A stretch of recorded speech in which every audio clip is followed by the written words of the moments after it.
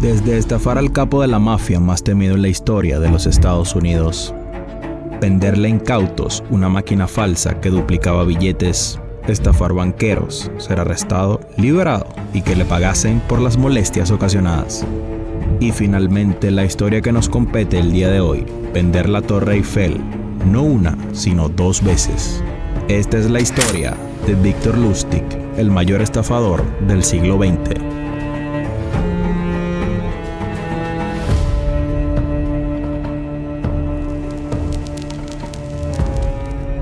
Como ocurre con las mejores leyendas, existen varias versiones de cada uno de los episodios de su vida. Sean cuantas sean las versiones, todas concluyen que Victor Lustig fue un maestro en su terreno. Hasta una veintena de apodos pueden rastrearse de él a lo largo de su carrera, y hay constancia de al menos 45 arrestos. La mayor parte de las veces se las arreglaba no solo para quedar en libertad, sino para ser incluso compensado por las molestias.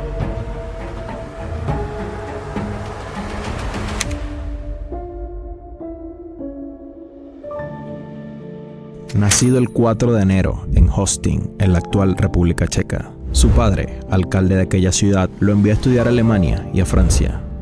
Su destreza con los idiomas y otras materias le permitió pasar menos horas de las necesarias ante los libros y aprovechar en otros menesteres los fondos paternos destinados a sus estudios. De este modo, Lustig no tardó en descubrir que el lujo y las mujeres eran un buen plan para pasar el resto de su vida. En sus años mozos había sido jugador y mujeriego, lo que le valió una fenomenal cicatriz en la cara, algo de lo cual presumiría aduciendo de que se trataba del fruto de un duelo de honor entre nobles. También fue en ese momento cuando comenzó a ponerse el título nobiliario falso delante de su apellido.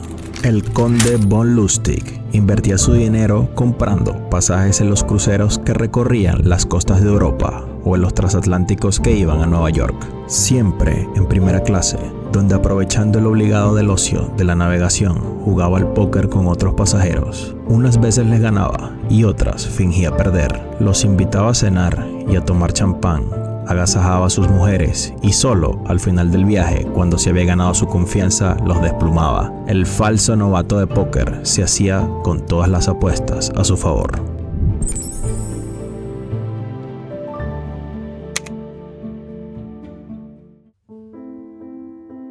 Con el estallido de la Primera Guerra Mundial, los cruceros se suspendieron y con ello se trasladó a Estados Unidos, una tierra más próspera para poner en marcha sus engaños. Así ocurrió en Kansas, Missouri, en el año 1924. Allí conocería a Nicky Armstein, un experimentado estafador que refinó las formas de Lustig, convirtiéndolo en un profesional de la estafa aún más temible. Perpetraron juntos varios golpes y uno de ellos, Lustig, acabó haciéndose con un par de bonos de $25,000. Lejos de gastar ese dinero, decidió emplear los bonos como gancho para conseguir un botín aún más jugoso. Así es como el conde von Lustig volvió a la vida y con su aristocrático porte europeo se presentó en un banco de Kansas. Convenció al director de que se trataba de un noble austriaco que había tenido que reducir sus posesiones a aquellos 2 bonos y que su intención con esos fondos era invertir en tierras y abrir un par de negocios en la zona. Para ello necesitaba cambiar esos bonos a la mayor brevedad posible. El director de la entidad hizo un par de llamadas de comprobación, pero la oportunidad resultaba demasiado interesante. Así que con los $50,000 en un bolsillo, los bonos auténticos en otro, y tras cambiarlos por unas falsificaciones y un crédito adicional de $10,000, Lustig salió del banco aquella misma mañana. Poco después, el estafador fue localizado por un detective de Nueva York, pero en su viaje de regreso a Missouri, sugirió al director del banco que se replantease su denuncia. Lustig estaba dispuesto a contar en el juicio lo fácil que había resultado estafarle, lo que no sería un mensaje muy positivo para sus clientes.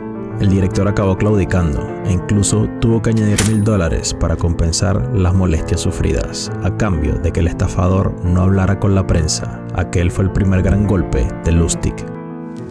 Luego de esto, fue poniendo en práctica todo tipo de estafas entre Estados Unidos y Europa, siendo puesta en marcha otro de sus golpes más originales, el de la caja rumana.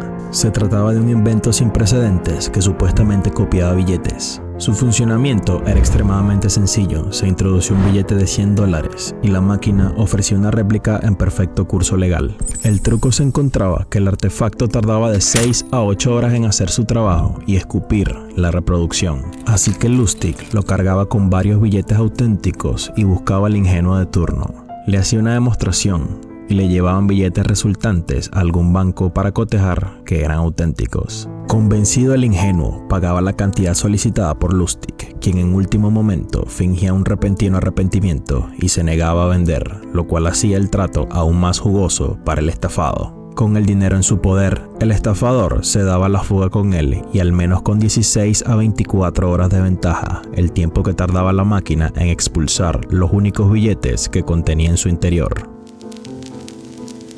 A lo largo de estos años, no se sabe cómo Lustig llegó a conocer a Al Capone, pero sí cómo lo engañó. Convenció al capo mafioso de hacer una inversión legítima de $50,000 que daría buenos beneficios en poco tiempo, y Capone le entregó el dinero. Lustig no hizo nada con los billetes, ni siquiera se fue de Chicago. Guardó el dinero en una caja de seguridad, lo retiró 2 meses después y se lo devolvió a Capone, diciéndole que el negocio había fracasado, pero que quería darle la suma intacta, aunque él hubiese tenido pérdidas. El mafioso más poderoso de los Estados Unidos quedó admirado por la honestidad de Victor Lustig, que no se había presentado con ese nombre, y le regaló $5,000 de los $50,000 para compensarle las supuestas pérdidas que había tenido.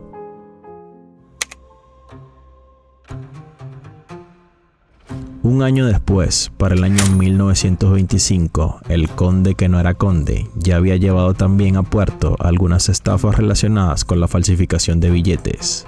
Pero como sucedía con lo de ser diplomático, esos engaños de poca monta no le parecían suficientes. Si quería ser el mayor estafador del mundo, tenía que poner en práctica la mayor estafa del mundo. Así que cuando llegó a París, ya venía preparando para ejecutar la estafa definitiva, vender la Torre Eiffel, que ustedes pensarán, pero ¿cómo demonios se va a vender un monumento de 300 metros y 7.300 toneladas? Pues de la misma manera de la cual cualquier persona se comería un elefante, en trocitos pequeños.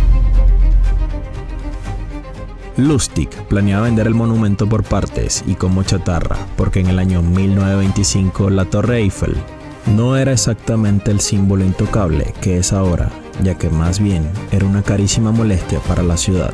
Tras la Gran Guerra, y si bien el país ya estaba en avanzado proceso de recuperación económica, la torre se había convertido en un problema.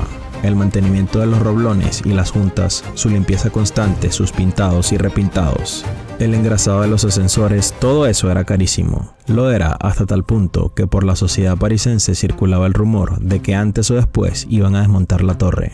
Cuando ese rumor llegó a los oídos de Lustig, al tipo le empezaron a dar vueltas los ojos y en sus órbitas con los símbolos de dólar. Esta era su oportunidad. Fue a París, encargó a un falsificador de su confianza que le fabricase membretes y medallas de la República Francesa y alquiló un salón en el lujoso hotel de Crillon. Allí convocó a 6 empresarios de la chatarra, se presentó como un subdirector del Servicio Nacional de Correos y Telégrafos y le soltó un discurso contándoles lo feo que era la torre y que no pegaba con el gótico de Notre Dame ni con la neoclásica del Arco del Triunfo.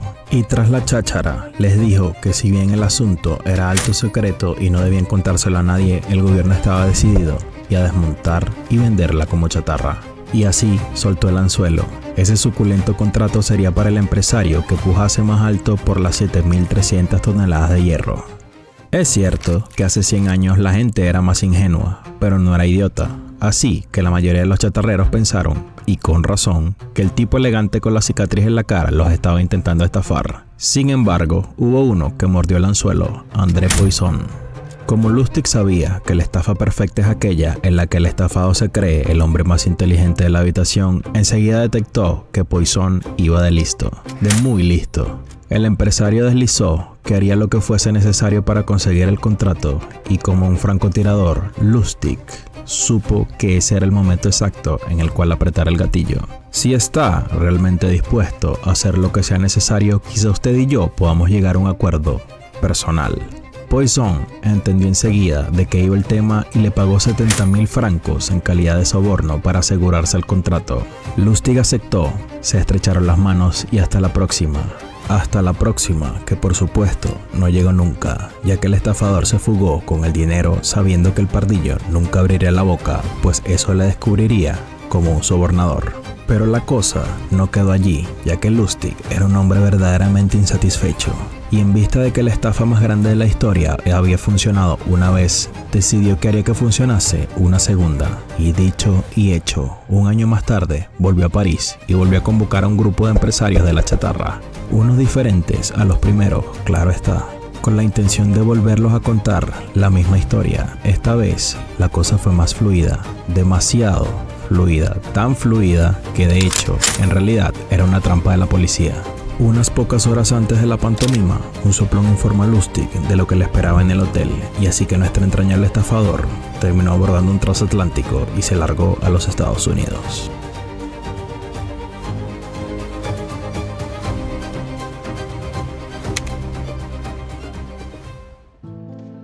Años más tarde, para el año 1930, Lustig se asoció con un químico de mediana edad de Nebraska llamado Tom Shaw. Tom era un experto fabricante de placas grabadas para la impresión de billetes de banco falsificados. Organizaron una red de falsificación con el fin de hacer circular cientos de miles de billetes falsos fabricados por todo el país. Lustig tuvo un éxito en mantenerse en las sombras, asegurándose de que ni siquiera sus subordinados sabían nada al respecto. Lo de Victor Lustig no era solo habilidad para la estafa, sino también para la huida. En la tarde del 10 de mayo del año 1935, Lustig fue detenido por agentes federales por cargos de falsificación después de una llamada anónima. Más adelante se supo que la llamada fue realizada por su amante Billie May, que se puso celosa cuando se enteró del romance de Lustig con la joven amante de Tom Shaw, Marie. Los agentes secretos se precipitaron sobre Lustig, que en ese momento llevaba un maletín. Al abrirlo, solo encontraron ropa cara, pero en su billetera hallaron una llave. Lustig se negó a especificar de dónde era la llave, pero con el tiempo llevó a los agentes a un armario en la estación del metro de Times Square que contenía $51,000 en billetes falsos y las placas con las que habían sido impresos. El día antes de su juicio, logró escapar de la Cámara Federal de Detención de la ciudad de Nueva York, al estilo más clásico, descolgándose de una ventana por una escalera hecha de sábanas, pero fue vuelto a capturar 27 días más tarde en Pittsburgh. Sin embargo, cuando lo arrestaron, la condena fue especialmente dura. Lustig se declaró culpable en el juicio y fue condenado a 20 años en la isla de Alcatraz, California, la cárcel destinada a los reclusos más peligrosos del país, donde trabó amistad con uno de sus antiguas víctimas, el mafioso Al Capone.